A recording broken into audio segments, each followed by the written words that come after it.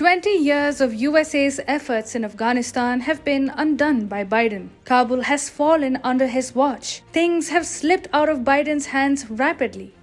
The Kabul airport is presently witnessing some dramatic scenes with thousands of people looking to find a way out of Taliban rule, and their evacuation has become an uphill task. Absolutely no one, not even Democrat supporters, can justify the hasty withdrawal of US troops from Afghanistan. The terrible execution of US troops pullout and a clear inability to take on Taliban is bound to hurt Biden's foreign policy expert image. Biden and the mainstream liberal media want to somehow defend him. But how will Biden manage this? Well, Biden has a plan to handle criticism over the Afghan blunder by lying. Biden is putting on a strong face in order to hide his failures. He is trying to suggest that exiting Afghanistan abruptly without an evacuation strategy was the only option left. Biden is, of course, lying to the people of America.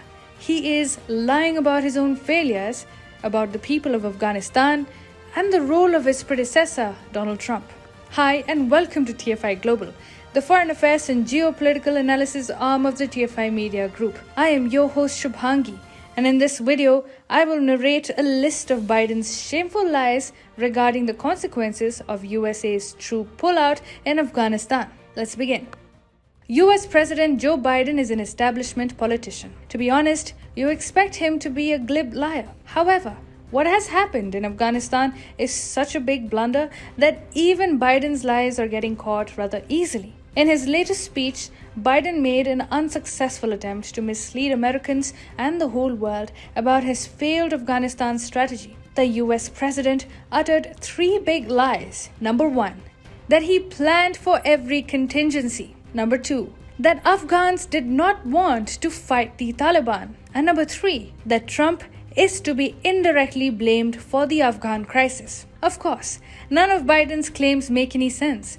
The US president said, "My national security team and I have been closely monitoring the situation on the ground in Afghanistan and moving quickly to execute the plans we had put in place to respond to every constituency, including contingency, including the rapid collapse we're seeing now." Of course, there is not even an iota of truth to what Biden says. When the Taliban took over Afghanistan, Joe Biden was busy holidaying at Camp David. White House Press Secretary Jen Psaki too took a break from her duties and went on a vacation while Taliban wreaked havoc in Afghanistan. Meanwhile, a clueless US Secretary of State Antony Blinken was somehow trying to avoid comparisons with the humiliating fall of Saigon in 1975. Holidays, vacations, and cluelessness. This does not really sound like a contingency plan for the Biden administration. Anyways, things have gone from bad to worse in Afghanistan. The Kabul airport is at the center of a mayhem, and the US Embassy security alert itself disclosed. The security situation in Kabul is changing quickly, including at the airport. There are reports of the airport taking fire.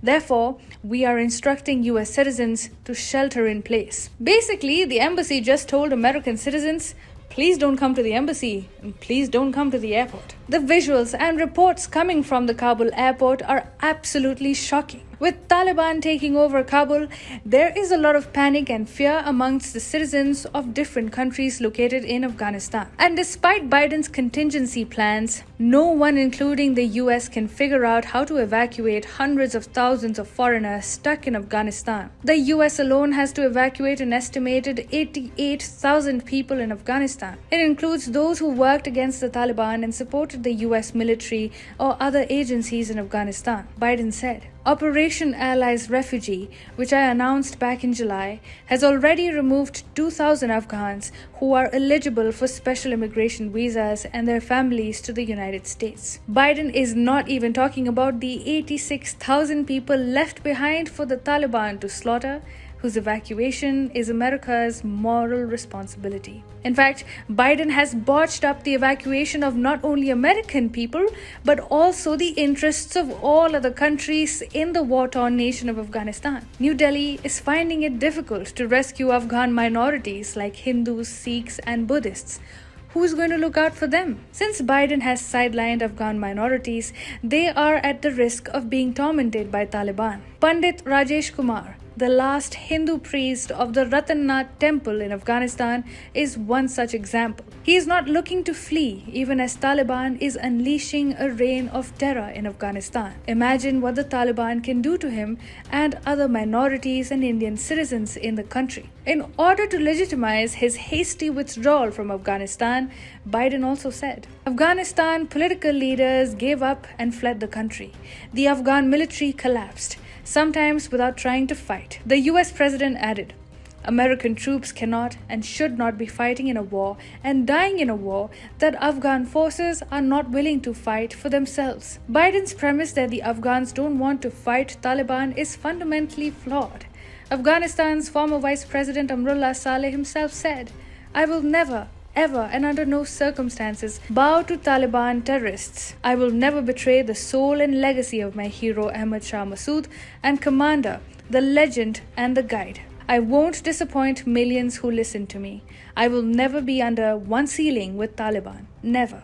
Even as Biden slanders Afghans for giving up, there are reports of an anti-Taliban alliance materializing in the Panjshir Valley, the only region in Afghanistan that remains outside Taliban's reach. Afghans are still showing the spirit to fight the Taliban and would have resisted the militant group a lot more resolutely had Biden not exited Afghanistan without any evacuation strategy. The Biden administration has also left all its military assets for the Taliban to come and exploit.